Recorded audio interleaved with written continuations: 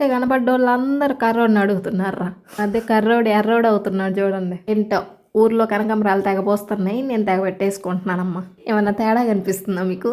రోజు మా నాన్న మేతకు పోవడం తప్పించుకున్నాడు, మా అమ్మ వెళ్ళి తేవాల్సి వచ్చింది. అందుకే నన్ను రమ్మనింది మోయడానికి. బర్రెలు పొలం పోయినవి కూడా ఇంటికి వస్తున్నాయి. 5:30 ఏమో అయ్యింది. అప్పుడు వెళ్ళాము పొలానికి. పెద్ద దూరం ఏం కాదు, 1 కిలోమీటర్ అంతే. రాధత్తల మిరప చెట్లలో గడ్డి బిక్తుంది మా అమ్మ. పోగానే నాకు ఈ బొమ్మ కనపడింది. ఎవరి పిల్ల భలే ఉంది అనుకున్నా గానీ డ్రెస్సే బాగాలేదు. మా అత్త వాళ్ళ ఫ్రెండ్స్ అందరికీ హాయ్ చెప్పమంది. కనపడే పచ్చదనం అంతా మా అత్త వాళ్ళదే, కాకపోతే మాకే భాగం లేదు. మా అమ్మ మేతకు వస్తుంది, ఆ ఎత్తుకొని వెళ్ళే వాళ్ళు ఆల్రెడీ వచ్చి పీకేసుకున్నారు. ఇంకా మిరపకాయలు అన్ని చూసారా పండిపోయాయి. అవన్నీ మనుషులు పెట్టి కోపించి ఎండబెడతారు, గుంటూరు తీసుకెళ్లి అమ్మేస్తారు. ఇంకా అత్త వాళ్ళ తోట మీద గెట్లు మొత్తం పూలే.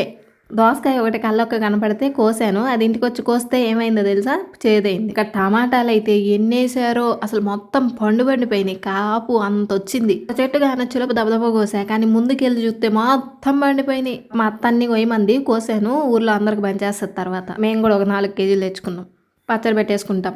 తేజ మిరపకాయలు కారం కోసం వాడతారు. ఇప్పుడు తిన్నాం అనుకో గోప గుయ్యమంటది. పూలు భలే ఉన్నాయి, కానీ కోసుకోవడం మర్చిపోయినాపా. ఇవన్నీ వీడియో క్యాప్చర్ చేస్తుంటే మా అమ్మ పిలిచింది, ఇంక జాలి రా అని. ఉప్పు నెత్తిని పెట్టింది. ఇంక వీడియో తీద్దామంటే అయ్యే పనిలా చెప్పు, మళ్ళీ మోసిన వాళ్ళు ఏదో అని అంటారు కదా, అందుకే దొడ్డి దాకా తీసుకొచ్చేసాను. మా అమ్మ వచ్చి అది బర్రెలకేస్తుంది. మిరప చెట్లకు బాగా నీళ్లు పెడతారు కదా, గడ్డి చూడు ఎంత ఉందో పచ్చంగా. ఎండాకాలం వచ్చిందంటే మేతకి ఇబ్బంది. అర్జెంటుగా ఎండుగడ్డి కొనపోతే ఇంకా మా బర్రె పాలేదు. చూసారా, పచ్చగడ్డి చూడంగానే ఎండుగడ్డి మానేసింది. ఇంకా కర్రోడు చూడండి, మనం బిర్యానీ లోట్లేసుకొని తింటున్నట్టు అది కూడా అట్ట తింటుంది. సరే పాపం పిలవగానే తలెత్తాడు చూడు, ఎంత మంచోడో. సరే లేరా కర్రోడా తినరా హాయిగా అని చెప్పేసి ఇంటికి వచ్చేసా. ఇంకా అంతే సంగతులు. Bye bye.